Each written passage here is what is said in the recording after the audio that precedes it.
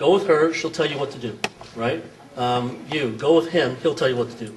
And so you have specific people who delegate roles, or sometimes you can even write out specifically what delegate roles, or sometimes you can even write out specifically what you want them to do. So like on a piece of paper, you can say, okay, this person here, what I want, on the piece of paper you write down, your role is to speak in a very monotone way, or something like that, right? And so now you just give him the paper, he reads it, he doesn't even necessarily need to know what the story is. You can have one person who's the director who says, okay, Paul comes in, so and they kind of direct that way.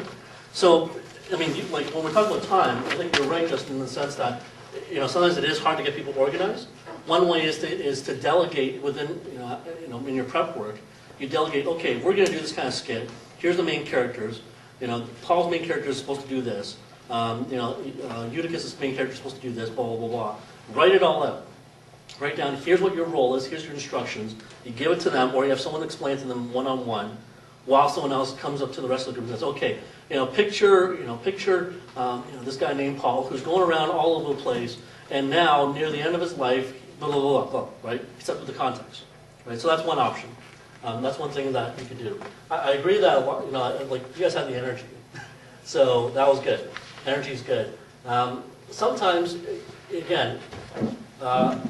Energy needs to be tempered sometimes, right? It needs to be channeled a bit. So I mean, I realize that you guys only had 30 minutes to come up with this.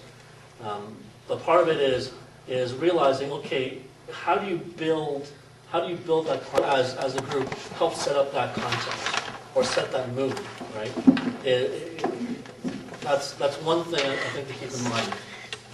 Because if you're telling a story, you want that whole falling down, Paul picking them up, and then something happens there, right?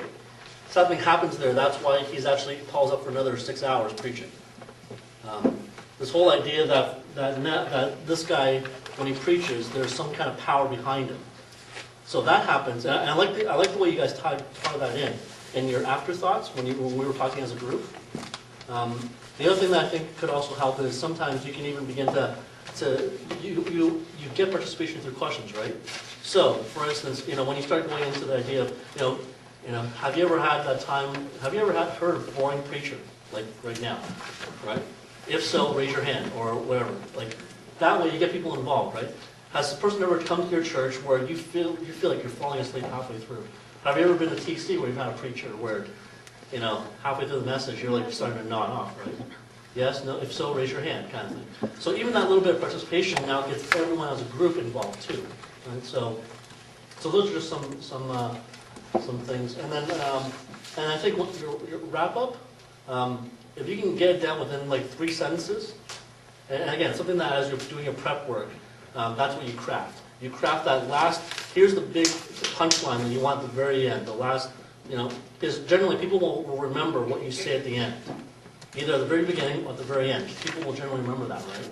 And so if you can craft what exactly, whoever's going to end it off. Maybe it's something like, maybe, like in your case, you were alluding to the idea that, God is like Paul. Sometimes God tries to talk to us, but we don't hear him. So maybe, God might do something miraculous these couple of days. And if so, are you going to see him? Are you going to see what he's going to try to do? So keep your eyes open to see what God might try to do this next couple of days. Something like that, right? Where you wrap it up and then that's stuck in their minds as they're going on for the next few hours. Does that make sense? I know I'm kind of rushing a bit. All right. Okay, who did Ephesians? Okay, well, you guys.